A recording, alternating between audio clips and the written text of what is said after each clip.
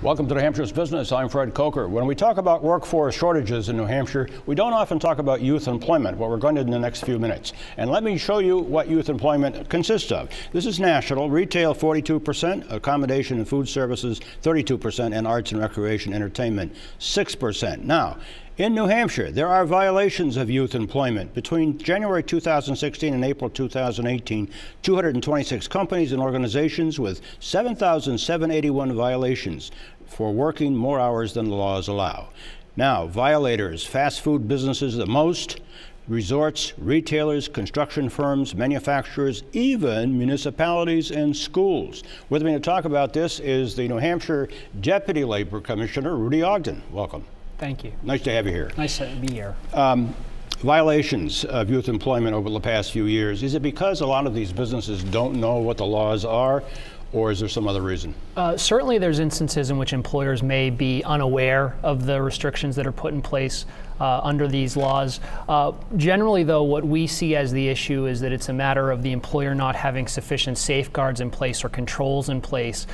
Principally, we see scenarios in which on-site managers, either because of the pace of the business involved or a lack of resources, whether it be in their timekeeping, payroll processing, they don't have the wherewithal to manage this effectively and make sure that youth are not violating So how do you enforce, when you see there's a violation, how do you enforce it? Do you negotiate, or what do you do? So principally what the department does is, after completion of an audit or wage and hour inspection, we try and work with the employer in terms of walking them through what the violations were, what we see as having caused the violations in terms of you've allowed youth to work too many hours.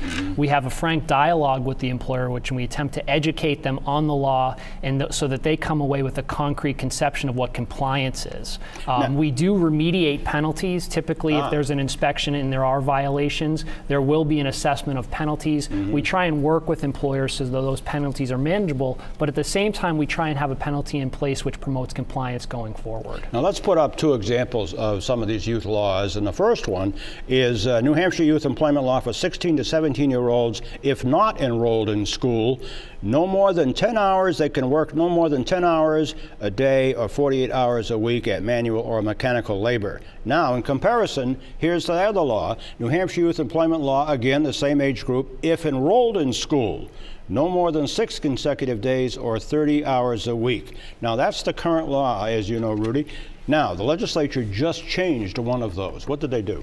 The legislation, Senate Bill 318, specifically to this point, the proposed amendment would allow for, in instances in which a youth 16 to 17 is in school, if there is less than 5 days of school, there'd be an allowance for them to work additional hours up to 48. It would essentially be a sliding scale. If there were 4 days of school, they'd be able to work 40.25 hours. Right. If there were 3 days or less of school, they'd be able to work upwards of 48. So they got to keep track of that. Let me ask you this, will that change that you just mentioned change the amount of enforcement you have to do you think? It could potentially lead to added complexity when we do an inspection, because we will now need to be aware of, or will need to be looking into, whether the given district that the youth is enrolled in had 5 or less days of school. Okay.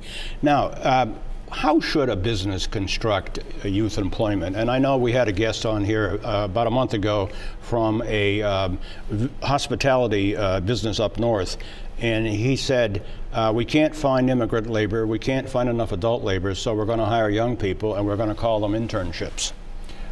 I would recommend that any employer interested in engaging youth do 2 things. First, they need to have a dedicated, disciplined approach where they look at the laws, understand exactly what the parameters are. Then they need to have safeguards in place where their on-site managers, those folks who will be doing the scheduling, right, those folks who will be managing the youth, are able to be cognizant of the hours that are being worked, they're cognizant of shifts being swapped, things of that nature. Rudy Ogden, Deputy Labor Commissioner for New Hampshire. Thank you. Thank you very much.